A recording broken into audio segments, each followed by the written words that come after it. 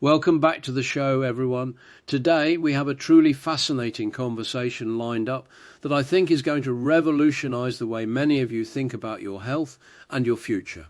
We're joined by Dr. Gülsen Meral, a distinguished researcher at the forefront of longevity science and the author of the incredible new book, Dancing with Genes: Why Your DNA is a Choice, Not a Sentence. Dr. Gülsen, it's an absolute pleasure to have you here. David, thank you so much for having me. I'm really excited to dive into this topic with you and your audience. It's truly a passion of mine. The title alone, Dancing with Genes, is so evocative, and that subtitle, Why Your DNA is a Choice, Not a Sentence, immediately challenges decades of what many of us have been taught about our health. Can you kick us off by explaining what that really means? Absolutely, David. For so long, the prevailing medical narrative has been this idea of a genetic script. If your parents or grandparents had diabetes or asthma or cancer, it was almost seen as an inevitable fate written in the stars, as they say. It was a very deterministic view. But what we're seeing now through the emerging science of epigenetics is a complete paradigm shift. It's a realization that while we are born with a specific set of genetic hardware, we also possess this incredibly sophisticated biological software that dictates how those genes are actually expressed. So it's not just the hand you're dealt, it's how you play it, essentially. Precisely. We're not just passive observers of our health, we are active participants. We have the power to rewrite our destiny, not by changing the DNA sequence itself, but by influencing how those genes behave.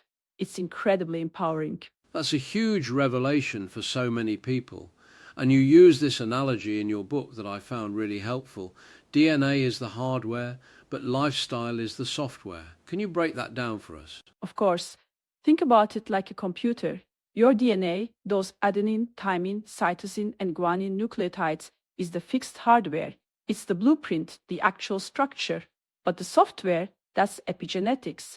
It's the zeros and ones that tell the hardware what to do, which programs to run, which genes to turn on or off. What's fascinating is that when the Human Genome Project completed in 2003, we expected hundreds of thousands of genes, but we found only about 30,000. And only 1 to 2% of that codes for proteins.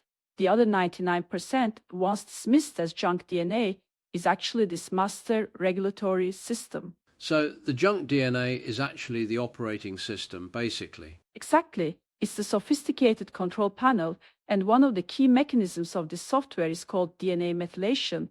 It's where your body adds methyl groups to specific sites on your DNA.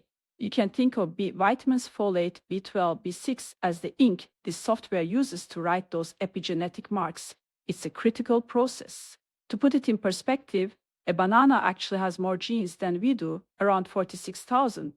But it doesn't have the complex epigenetic machinery that allows humans to modify their biological expression in response to their environment. Our environment, our choices, they literally write the code. That's incredible. The banana comparison really puts it into perspective. And it leads me to another fascinating point you make, which is about the speed of change. You talk about the 3-day miracle and the power of resetting. Many of us think of health as a slow grind, but you suggest epigenetic switches can be flipped in days? It's true, David, and it's one of the most exciting findings from clinical data. We used to believe that significant biological changes took months, even years, but longitudinal cohort studies are showing us that the speed is far faster. DNA is not your destiny. I love to emphasize that. Take, for instance, a landmark study on prostate cancer patients. Just 3 days of intensive dietary shifts initiated significant, measurable changes in gene expression. 3 days. Wow, 3 days. That's almost hard to believe. It truly is. This on-off switch mechanism allows us to silence harmful pathways and reactivate beneficial ones. We also saw this in patients with autoimmune thyroid conditions. A 3-month gluten-free and casein-free diet was shown to reverse negative epigenetic modifications in genes responsible for immune homeostasis. These miracles, as I call them, prove that by altering the signals we send our cells through diet and lifestyle, we can fundamentally change our internal chemistry in a fraction of the time it takes for traditional symptoms to even manifest. That's incredibly hopeful, especially for people dealing with chronic conditions. It gives them agency. And speaking of things that are hard to believe, your book touches on another mind-bending concept. You are what your grandmother ate. Now you have to elaborate on that one because it sounds like science fiction. It sounds wild, doesn't it? But it's absolutely true. Our biological state is influenced by environments we never personally inhabited. This is rooted in the thrifty phenotype hypothesis. It suggests that the environment in the womb provides a biological weather forecast for the fetus. It's different from the thrifty genotype, which is about evolutionary selection over millennia. The phenotype is about now, the immediate, direct impact. So what happened in the womb, for example, sets up certain predispositions? Exactly. But here's the kicker. A mother's egg cells, the very ones that will eventually form you, develop while she's still a fetus inside her own mother's womb. So your grandmother's diet, her stress levels, her exposure to toxins like bisphenol A or BPA created an epigenetic record that was passed down. It's not just maternal either. Paternal choices are equally vital. The Överkalix study in Sweden, a famous one, demonstrated that a grandfather's access to food during his slow growth period, specifically between ages 9 and 12, directly influenced the lifespan and diabetes risk of his grandchildren. We literally carry the epigenetic scars of our ancestors' choices, but we also carry the power to heal them. That's just profound. It changes how you think about ancestral health entirely. It's not just genetic inheritance in the traditional sense, but an environmental legacy that is biologically coded. It's wild. Now, moving from our grandparents to another incredible example you share, the kingdom diet and honeybees. How do these tiny insects prove epigenetics? The honeybee is probably the most profound, easily understandable demonstration of nutrigenetics, how nutrition acts as a biological architect. Genetically, a queen bee and a worker bee are identical. They share the same DNA, but they're vastly different lifespans. A queen lives for years, workers for weeks, and their physiologies are determined entirely by their software update.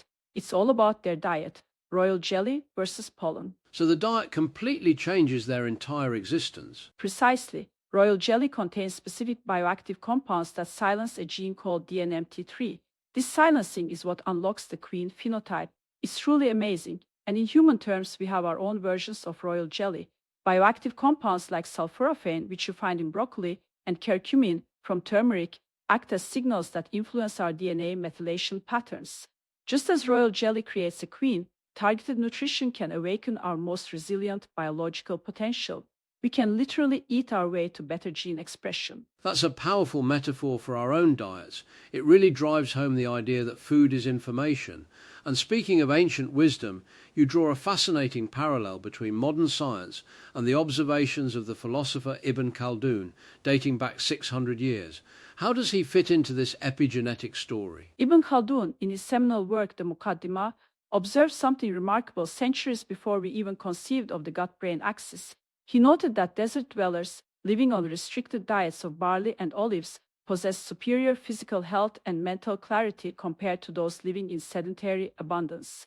He famously said, "It is not hunger that kills people in times of famine, but rather their attachment to satiety." So he was seeing a connection between diet and mental state long, long ago. Absolutely. Modern science now identifies the mechanism behind his observation that barley, for instance, increases the population of beneficial bifidobacteria in the gut, which then produce short-chain fatty acids or SCFAs like butyrate.